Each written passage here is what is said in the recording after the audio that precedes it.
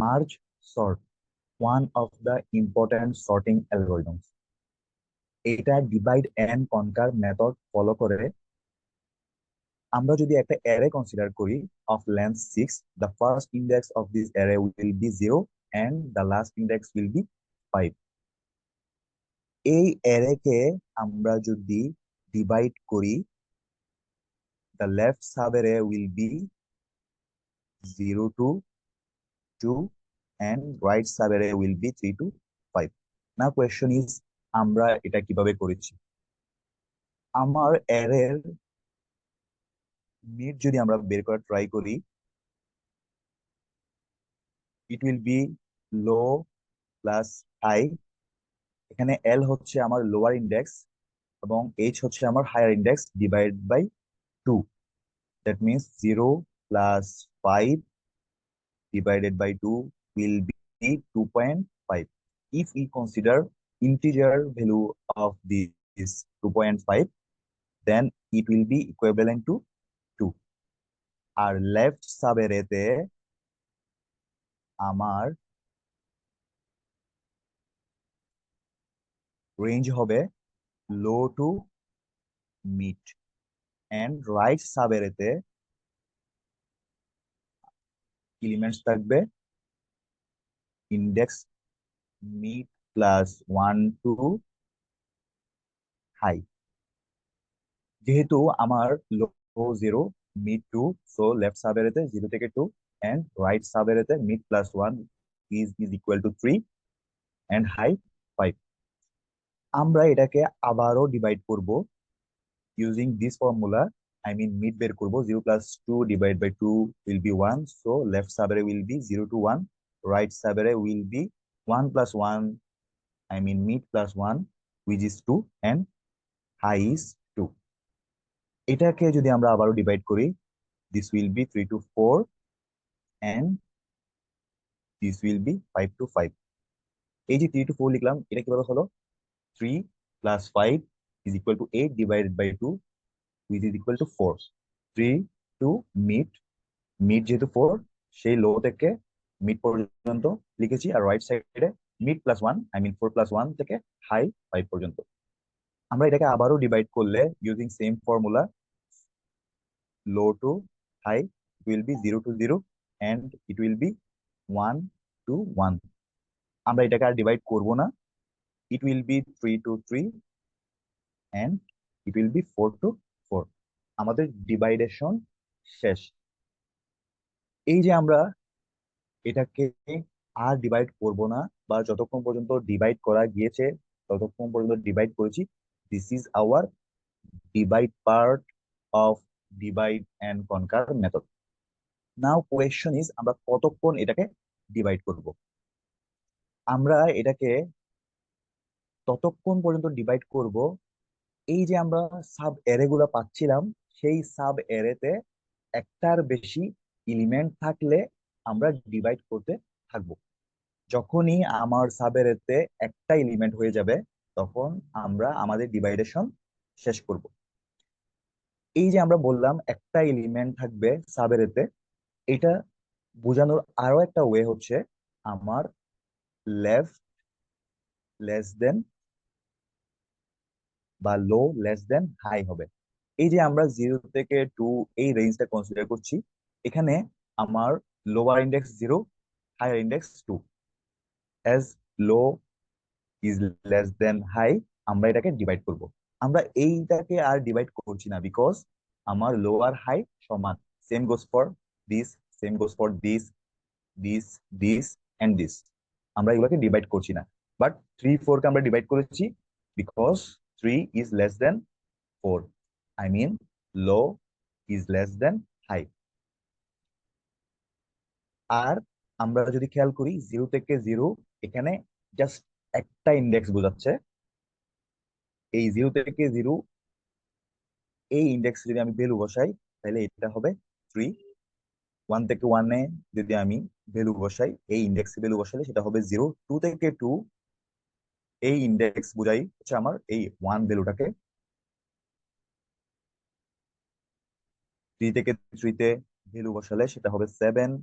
4 থেকে 4 এ 5, 5 থেকে 5 এ 2।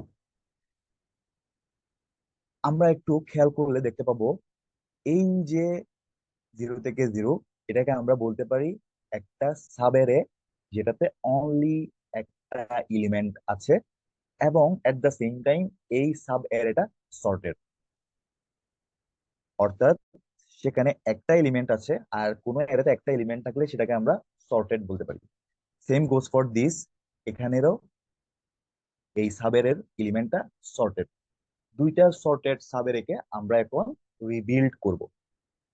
রিবিল্ড করলে আমরা পাবো 3 0, অর্থাৎ এই দুটাকে একসাথে করলে আমরা পাবো 3 0, যেটাকে আমরা বলছি মার্জ। কিন্তু আমাদের টার্গেট অ্যাসেন্ডিং অর্ডারে সর্ট করা, যার কারণে 3 0 আমরা লিখবো না, আমরা ছোটটাকে আগে বড়টাকে পরে লিখবো। তাই আমরা বলতে পারি এই যে দুইটা সাব এরেকে একসাথে করলাম, এবং একসাথে করার ক্ষেত্রে আমরা একটা ক্যালকুলেশনও করলাম, যেটাকে আমরা বলছি যে কম্পারিজন অর সলভ। এই যে কম্পারিজন অর সলভ করার মাধ্যমে তাদেরকে আমরা একসাথে করেছি, কম্পারিজন অর সলভ, এই অংশটাকে আমরা বলছি কনকার। যদি কম্পারিজন না করে তাদেরকে একসাথে করতাম, তখন সেটাকে আমরা বলতাম অনলি মার্জ। কিন্তু আমরা অনলি মার্জ করিনি, মার্জ করার আগে তাদের মধ্যে কম্পারিজন করেছি, কম্পিউটেশন করেছি, অর এটা সলভ করেছি। তাই আমরা বলতে পারি এই অংশটা হচ্ছে আমার কনকার।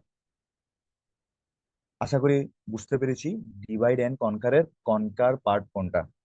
প্রথমে যে তাদেরকে সাব এরেতে ডিভাইড করেছিলাম সেটা আমার ডিভাইড পার্ট, দেন তাদেরকে একসাথে করার ট্রাই করছি সেটা আমার মার্জ পার্ট, আর একসাথে করার ক্ষেত্রে আমরা যে কম্পারিজন করছি সেটা আমার কনকার।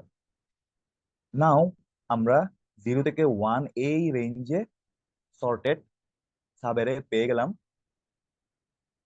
এই রেঞ্জের জন্য যদি আমরা হিসেব করি, তাইলে আমরা পাবো সিঙ্গেল এলিমেন্ট সম্বলিত সাব এরে, যেটাও সর্টেড। এখন 0 থেকে 1, 2 থেকে 2, এই দুইটা রেঞ্জের এলিমেন্টস গুলা ইটসেলফ সেপারেটলি সর্টেড। তো 0 থেকে 2 এই রেঞ্জে যদি আমাকে সাবেরে পেতে হয়, সর্টেড সাবেরে পেতে হয়, তাদের মধ্যে কম্পেয়ার করে আমরা পাবো 0 1 3। নাও 0 থেকে 2 এই রেঞ্জের এলিমেন্টস গুলা সর্টেড। এভাবে আমরা এই অংশে পাবো 5 7, এই অংশে অনলি 2 আছে, আর 3 to 5 রেঞ্জে আমরা পাবো 2 5 7। 0 থেকে 2 লেফট সাবেরে অলরেডি সর্টেড, 3 থেকে 5 লেফট সাবেরে অলরেডি সর্টেড। নাও 0 থেকে 5 এই রেঞ্জে আমরা সর্টেড সাবেরে, আর এই ক্ষেত্রে সেটা আমাদের মেইন অ্যারে হয়ে যাচ্ছে, আমরা পাবো 0 1 3, 0 1 2 3 5 7। This is our final sorted array using merge sort. এবার আমরা যদি একটু কমপ্লেক্সিটি অ্যানালাইসিস করার ট্রাই করি, আমরা একটা বিষয় বোঝার চেষ্টা করব। এই যে আমার অ্যারেটাকে আমি ডিভাইড করছি কয়টা ব্রাঞ্চ বা কয়টা লেয়ার আমাদের লেগেছিল। আমরা খেয়াল করব আমাদের একটা, দুইটা, তিনটা লেয়ার লেগেছিল। আমরা যদি এখানে 6 সাইজের অ্যারে নিয়েছি, আমরা 8 সাইজের যদি একটা অ্যারে কনসিডার করতাম,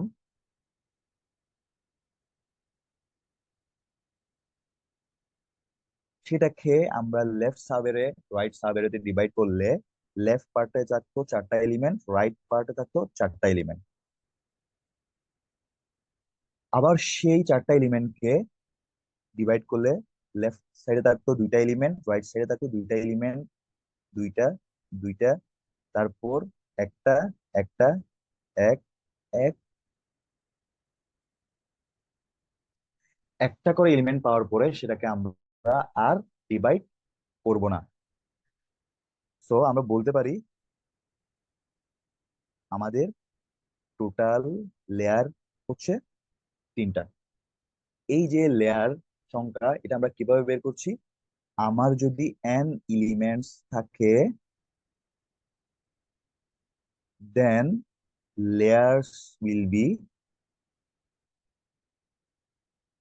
log 2n। আমার এলিমেন্ট সংখ্যা যদি 8টা হয়, তাহলে লেয়ার সংখ্যা হবে log 2 base 8 is equal to 3। তাইলে আমাদের মেইন এক্সাম্পলে যে 6টা এলিমেন্ট ছিল, তখন লেয়ার সংখ্যা কেন 3 হইলো? অর্থাৎ তাকে 3টা লেয়ারই করতে হয়েছে, বাট কিছু কিছু ব্রাঞ্চকে 3 নাম্বার লেয়ারে আসতে হয়নি। তো আমরা বলতে পারি যে আমরা log 2n ই করব, but seal of log 2n করতে হবে।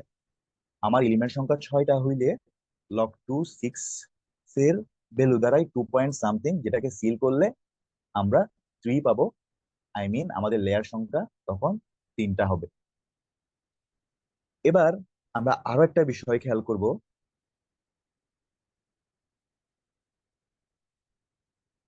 লাইক আমার কাছে যদি এভাবে 8টা এলিমেন্ট না হয়ে, আমি যদি বলি যে nটা এলিমেন্ট আছে আমার কাছে, সেই nটা এলিমেন্টকে আমরা যদি ভাগ করি, লেফট সাইডে থাকবে n/2টা এলিমেন্টস, রাইট সাইডে থাকবে n/2টা এলিমেন্টস। সেই n/2 কে যদি আমরা আবার ডিভাইড করি, লেফট সাইডে পাবো n/4টা এলিমেন্টস, রাইট সাইডে n/4। Same goes for 8, n/4, n/4। এই n/4 কে যদি আমরা আবার ডিভাইড করি, লেফট সাইডে পাবো n/8টা এলিমেন্টস, n/8।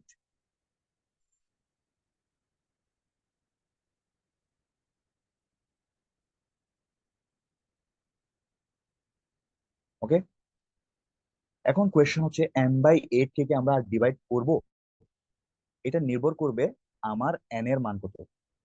অর্থাৎ আমরা কখন থামবো, এটা বুঝবো যখন আমার সর্বশেষ অংশে একটা এলিমেন্ট থাকবে, তখন সেটাকে আমরা আর ডিভাইড করব না। তাই আমাদের এই কেসে n এর মান যদি 8 হয়, তাইলে 8/8 উইল বি 1। দ্যাট মিনস আমরা এটাকে আর ডিভাইড করব না। যদি n এর মান 8 থেকে বড় হয় বা অন্য কিছু হয়, হয়তো আমাদের আরো লেয়ার দরকার পড়তো। আমরা আপাতত n এর মান 8 ধরে নিই, আমরা সিঙ্গেল এলিমেন্টে পৌঁছে গিয়েছি, এটাকে আর ডিভাইড করব না। তাইলে আমাদের আরো একটা বিষয় খেয়াল করতে হবে। আমরা মার্জ সর্ট নিয়ে যখন কাজ করি, সেখানে অন্যতম একটা পার্ট হচ্ছে মার্জ করা, ডিভাইডেশন and merge.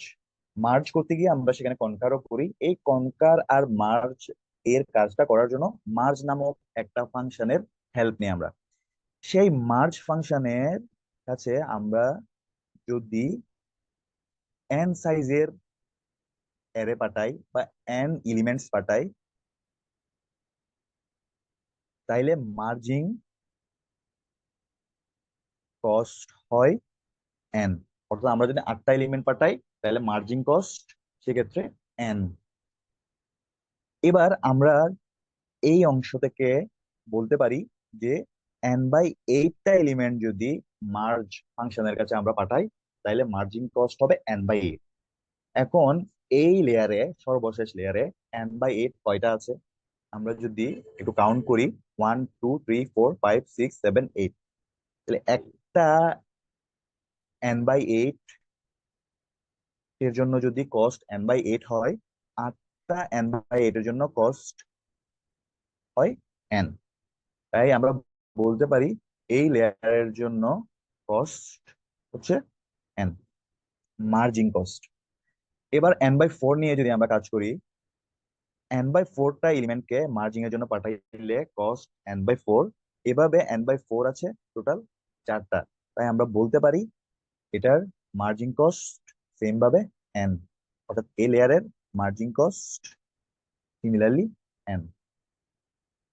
Same goes for this n/2 এর মার্জিং কস্ট n/2। আর n/2 আছে টোটাল এখানে দুইটা, so total margin cost will be n। এখন আমরা যদি লক্ষ্য করি, দেখতে পাবো আমার একটা অ্যারেকে